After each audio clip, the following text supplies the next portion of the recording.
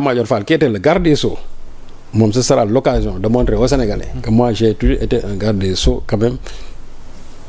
c'est-à-dire taxuma ci dara wante nag na moytu de Abdoulaye Diouf Sarr mi yoroon santé. non Diouf Sarr moom d'abord Diouf Sarr man li ma ko njëkk a mere mooy comment se fait-il que tu prends presque un marché de 15 milliards tu donnes 17 marchés tu le donnes à une femme boo xam ne nii elle est spécialisée dans les agences de voyage te nga bàyyi fii waa PNA yi nekk fii nga bàyyi fi des entreprises yoo xam ne nii qui sont spécialisées dans le domaine même de l'équipement médical nga bàyyi leen fi tu donnes ça à des kii parce que aussi on connaît les relations qu'il y avait bon professionnels yi ma amoon ak moom par temps bi nekkee kudd ça aussi les gens savent mais c'est pas une raison parce que lii c'est une affaire de la République c'est une affaire de la République il y a eu beaucoup d'irrégularités moo tax ma ne gis nga nii ñuy jàppee ñiy def ay surfacturation surfacturation yi ñii ñi leen jàppee ñoom Moustapha Ndiaye ak ñoom HM nii ba ñu fay on doit faire la même chose avec tous ces gens qui ont bénéficié des marchés de Diouf Sarr je peux pas comprendre aujourd'hui man je n'ai rien contre la dame bi nga xam mais je peux pas comprendre aujourd'hui cette dame qui a bénéficié pratiquement de 15 milliards ci anam yoo xamante ni tey na xelu Sénégal yi ko woowuñu ko on doit appeler cette dame dañ ko war a woo déglu ko ni ñu woowe HM nii ba mu génnee xaalis joxe moom nañ ko woo su fekkee ne dafa war a joxe mu joxe bu fekkee ne am na marché boo xam ne exécuté wu ko et j'insiste sur ça dafa am marché boo xam ne ni exécuté wu ko nañ ko leeral mais nag man pour man Diouf Sarr mënoo dem di ko woo te kam joxoon marché bi en tout cas une bonne partie ci ki mu joxoon marché bi kooku woowuñu ko kooku moom dañ ko war a woo dañ ko war a déglu ak ñeneen ak ñeneen nag waaw ma ñëw ci Moustapha Diop waaw Moustapha Diop moom chauffeur am moom ak Dajam ñoom xam nga ñoom xam nga déjà kooku xam nga jàpp nañ leen et quand j'ai entendu un chauffeur boo ne day cautionné à hauteur presque de 1 milliard parce que 938 millions je crois un chauffeur avec quel salaire non quelle situation non c'est de l'argent détourné yaa Moussa xam nga nit ñi bu ñu fii sax di raayal xam nga boobu ñu naan wooy chauffeur mën na am non c'est de l'argent détourné dul dara fii ku fi sàcc xaalis xam nañ ko man su ma newoon ci benn poste de responsabilité tey ñu ma fay 10 millions en un an su ma fi tabaxee la bâtiment boo xamante ne nii dem na presque 200 millions soit ñu dem ci banque bi xool ndax banque ma ko lebal bu fekkee ne banque bi lebal lu ma mel noonu nañuy wax ne Serigne Saliou mi détourné na aussi simple que ça logiquement oui donc boo xoolee xewoon ministère Moustapha Diop mais c'était du grand n'importe quoi yow tu fais des retraits d'argent ay 100 millions nga koy jël plusieurs fois ci même jour bi liquide xam nga am na ñoo xam ne ils sont même pas intelligents ci ni ñuy doxalee mais xam nga gis nga foqale moo baaxul parce que da ngay dem benn instant boo xam ne nii yow boo jël retiré 100 millions mu neex nga ne xaaral ma dem dolliwaat finalement moo jur lii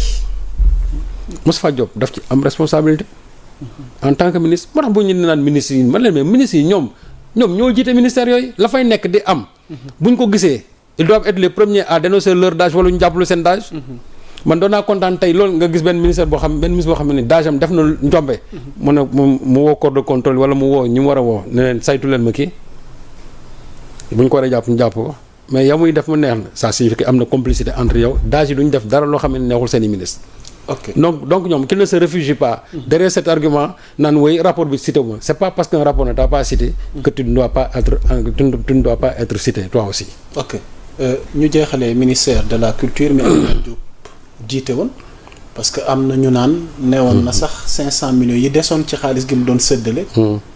finalement bi mu jokkoo ak Macky daf ko xamal ne ko séddale ko les ténors de la musique moom it bokk na ci ministère yi ñu inclus j'espère que presse bi bokku ci sëñ Saalum yàlla rek a xam waaw mais aussi nañ xool ndax presse parce que man dina ma jaaxal lool ñuy séddale xaalis te balawuñ ci presse bi dina ma jaaxal trop de ñu balawuñ ci presse bi parce que presse bi bu ñu ci amee responsabilité ña ko def na leen jàpp presse bi journalistes yi gënuñu fi kenn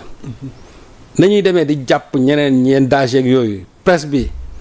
ak ñoom Abdoul Aziz Mbaye ñuy jàppoon bàyyi leen dama ne bu fekkante ne presse bi ñoom tamit séddale nañ leen xaalis xawma na leer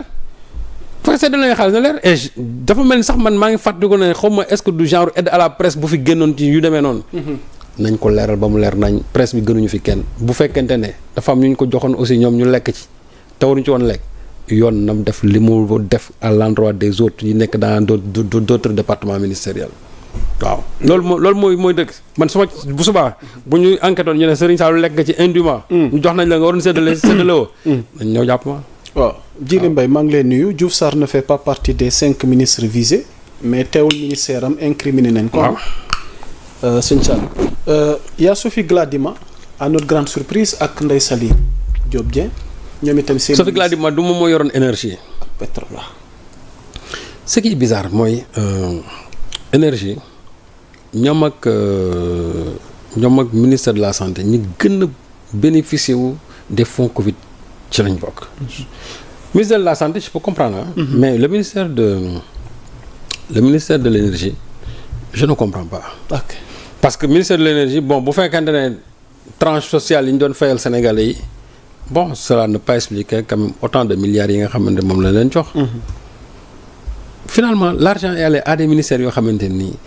xam nga ki daal pour moom lan la woon. nañ ci pàcc séddu ku ne chaque ministère di nga ne nañ ma sédd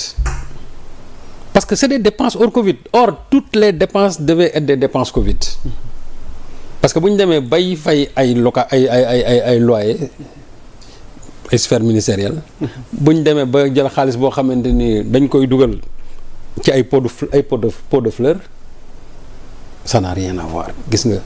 on avait besoin de lits de réanimation on avait besoin de gaz on avait besoin d'équipement on avait besoin de motivation pour les agents de la santé gis nga xaalis boobu yaa Moussa bu ñu ko dajale woon def ko ci santé bi uniquement avec toute la transparence requise ñun Covid bi doon nañ ko terrasser bu yàgg mais ñu ci bëri dañoo dee faute de moyens d'abord les ressources humaines sonn nañ et en plus aussi dem nañ ba amatuñu dara démotivé au même moment ñi ngi jël xaalis bi di ko jox ay nit ñuy jënd seen i pot de fleurs di rafetal seen i ministère di noos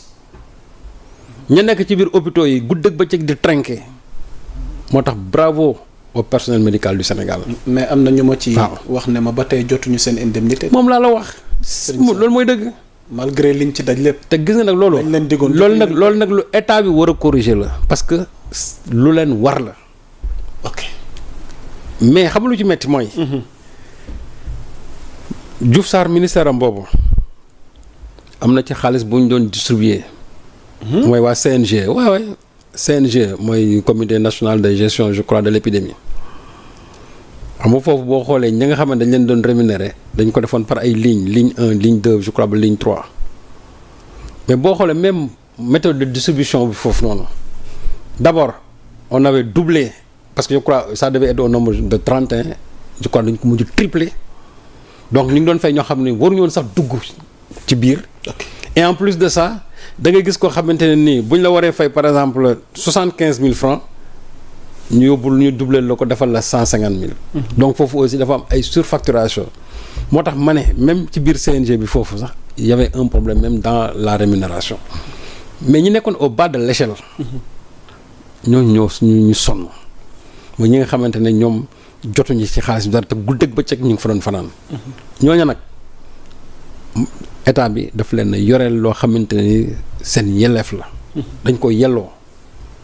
donc dañ leen ko war a fay. ci muy ci nii muy ci naa dañ leen ko war a fay.